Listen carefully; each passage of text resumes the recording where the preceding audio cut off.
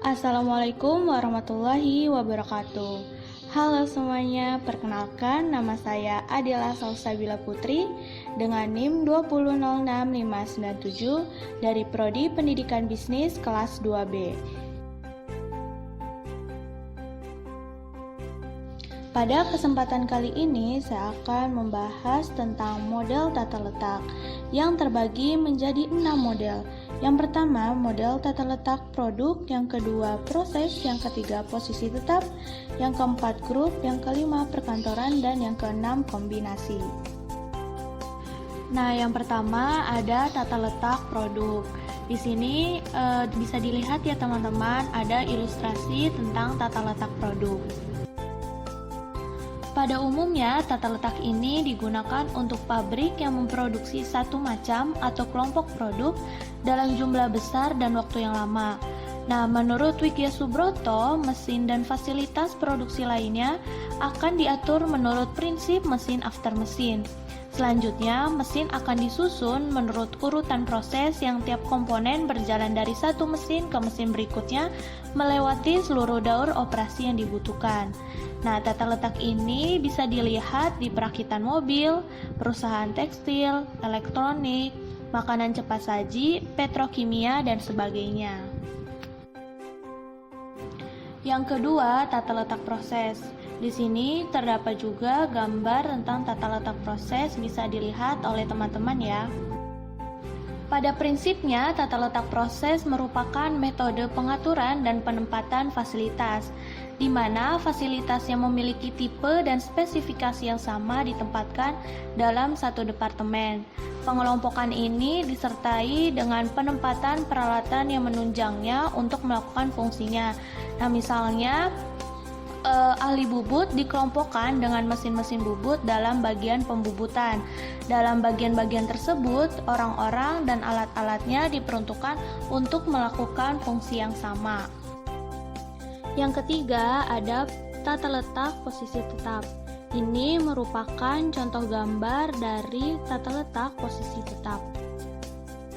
Tata letak posisi tetap pada dasarnya mengondisikan bahwa yang tetap pada posisinya adalah material, sedangkan fasilitas produksi seperti mesin, peralatan, serta komponen-komponen pembantu lainnya bergerak menuju lokasi material atau komponen utama.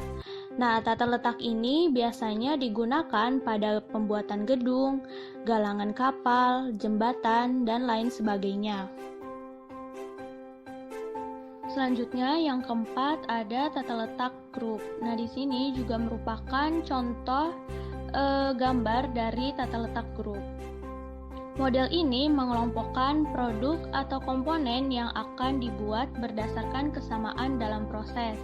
Pengelompokan ini mengakibatkan mesin dan fasilitas yang ada dalam produksi lainnya ditempatkan dalam sebuah sel manufaktur karena setiap kelompok memiliki urutan proses yang sama.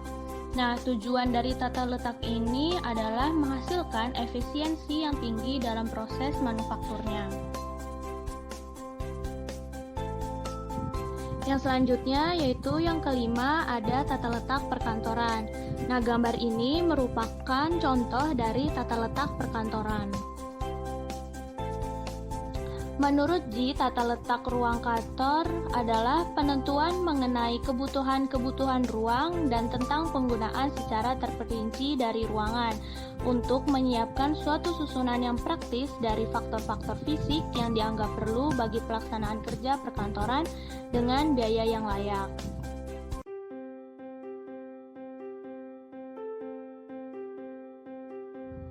Pada umumnya, tata letak kantor ini terbagi menjadi dua, yaitu tata letak kantor terbuka dan tata letak kantor tertutup.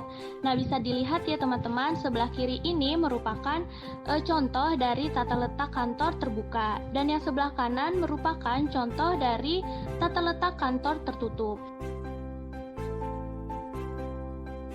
Yang terakhir yaitu yang keenam ada tata letak kombinasi. Nah, penyusunan pabrik dengan tipe ini adalah berdasarkan pada penggabungan proses tata letak, yaitu penyusunan tata letak pabrik menurut pengerjaan komponen benda kerja di mana mesin-mesin atau peralatan-peralatan disusun berdasarkan urutan pengerjaan komponen tertentu. Sekian dari saya, terima kasih, semoga bermanfaat. Wassalamualaikum warahmatullahi wabarakatuh. Sampai ketemu di pembahasan selanjutnya.